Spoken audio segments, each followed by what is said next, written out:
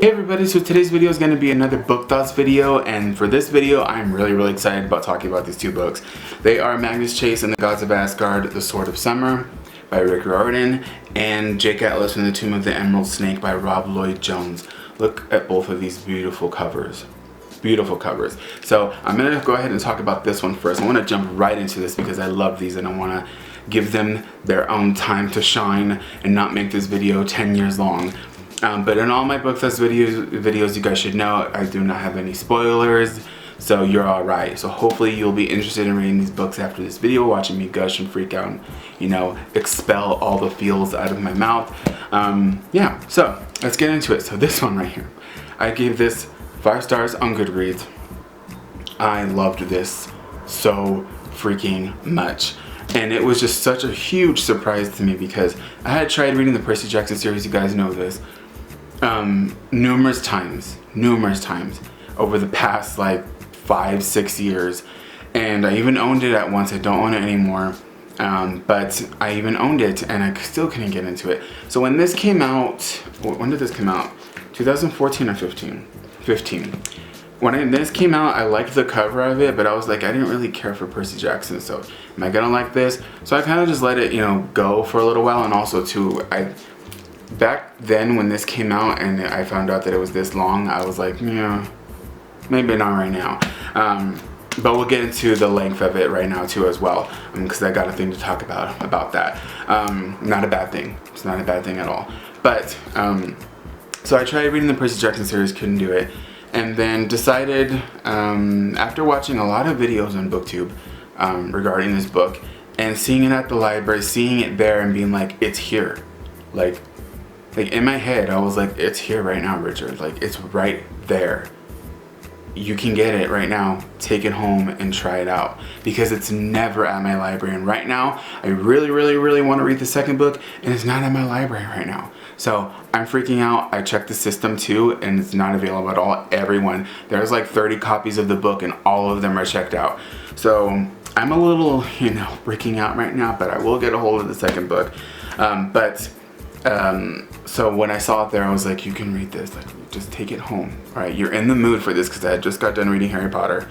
You're in the mood for fantasy and all of this awesome stuff, so just get it. So I told myself to get it. I grabbed it, put it in my bag, came home, saw the size of it again, and was just like,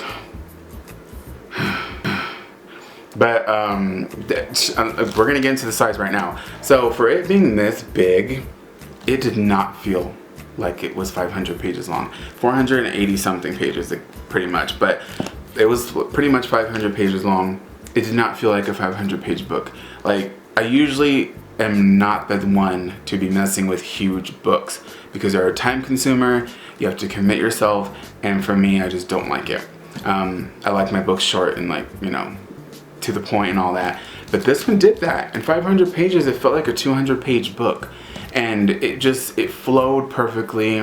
The writing was awesome. It was absolutely hilarious and heartbreaking too at times, and thrilling, and I was on the edge of my seat, and I just was sitting there like, oh my gosh. But yeah, this was amazing. So if you've been wanting to check it out and like the size scares you, trust me, okay, you will not be disappointed. It's amazing. But yeah, I really liked it. If you don't know what this is about, I always do this, I always mess up and tell you guys what it's about in the middle of it. But I think everybody knows what this beauty right here is about. But it's about a 16-year-old boy named Magnus Chase who is living on the streets, and his life just, you know, turns upside down, even worse because, you know, he's on the streets. And he ends up finding out that he's the son of a Norse god, and I'm not going to tell you who it is, obviously, because you got to read the book to find out. But it is really awesome. I love wolves, so the fact that this has a lot to do with wolves is a really, you know, that was an extra point for it. It was a really great thing to read about. But I loved the characters in here. Valhalla, when I got to that point, okay, I'm going to be honest with you guys right now. When I got to that point in the book, which is not a spoiler. I mean, it's not a spoiler. There's even like a guidebook out right now about a guide to Hotel Valhalla.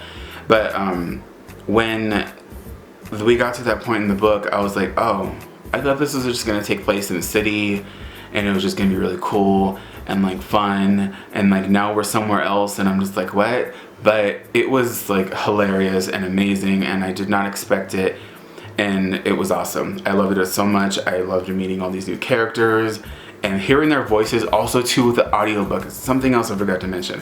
I read the audiobook to this, and the narrator for this like nailed this book perfectly, and it was like yeah, it was just perfect. The character, Magnus, his voice, just like everything worked.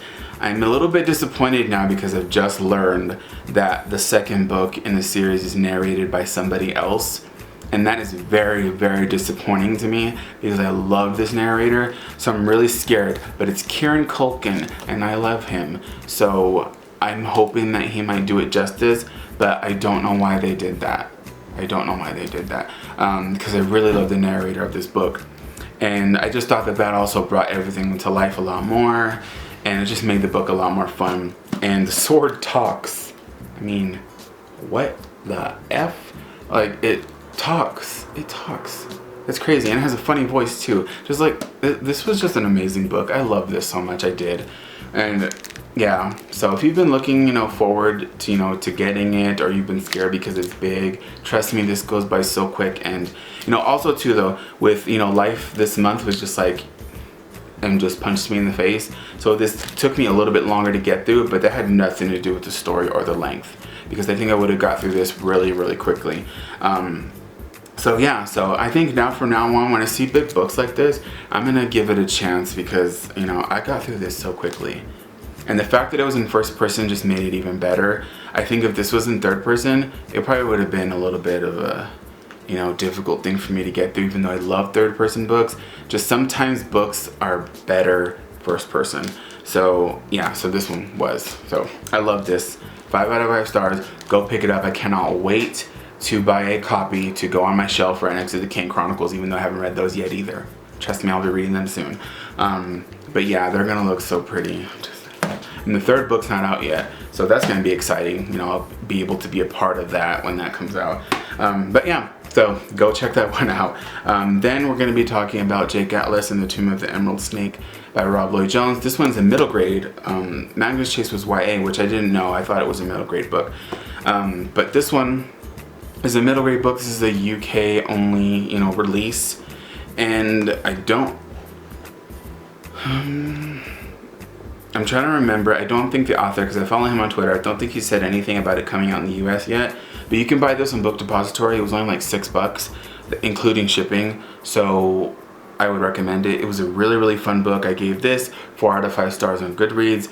And I just really loved how action-packed this one was also as well. And everything was just moving really, really quickly. The first like 10 pages of this were just like boom, boom, boom. And I was just really just enthralled with this because I love history.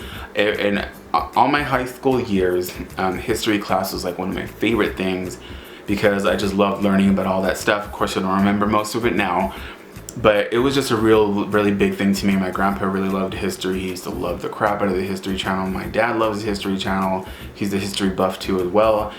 And it's just like, history is just a big thing to me. I really like it a lot. So that's why I also really like this. And also too, it reminded me a lot of the movie National Treasure, which if you guys don't know, it's one of my favorite movies of all time, and the sequel, Book of Secrets. I'm waiting for them to make a third. But if you love National Treasure and like Da Vinci Code, this is like a middle grade version of that. And it was just awesome. It's in first person too as well. It was hilarious. It was thrilling. Had me on the edge of my seat too as well. And if you don't know what this one's about a young boy named Jake Atlas him and his sister, who is right here, her name is Pandora, but they call her Pan. Their parents end up vanishing when they go on this trip to Egypt, and they're trying to figure out what's going on with their parents, but they also get catapulted into this world of treasure hunting or treasure thievery. And they sort of get catapulted into that. They are climbing these pyramids, and all this crazy stuff is happening. There's a gigantic snake sequence in this, and it was just really cool. Also too, I'm gonna be honest right now, I've never seen the Indiana Jones movies. I probably did though when I was younger, but I don't remember. But from seeing like trailers of it and all that, that's what this gives me too as well. like a little bit of an Indiana Jones feel. But the back right here, I'm going to read to you because that sort of gives you like a little bit of something that would get you to want to read this book. It says, Jake Atlas, tomb robber, treasure hunter, troublemaker. And it says, a couple of days ago, I was a schoolboy with terrible grades and even worse behavior, and a way of causing trouble that drove people nuts. Now I am a member of a super high-tech treasure hunting team, searching for a lost tomb so I can save my parents from being turned into mummies by an evil cult. Things have moved pretty fast. And yes, so this was just like a ball of action and fun, and I had a lot of fun reading this. Jake was really, you know, cool to read from, and it was just really fun. I really like this one a lot. And now that I've done reading it, I did not know if it was going to be a series or not, because there was nothing, you know, said about that. But now I know there has to be a sequel because the way it ends, it's not really a cliffhanger, but it just kind of makes you go, okay, I need a second book. So I'm hoping there's going to be a second book, and I really hope they keep this editions because it's really nice and cool, and I really hope it gets picked up in the US because it's really cool and it needs, you know, more attention.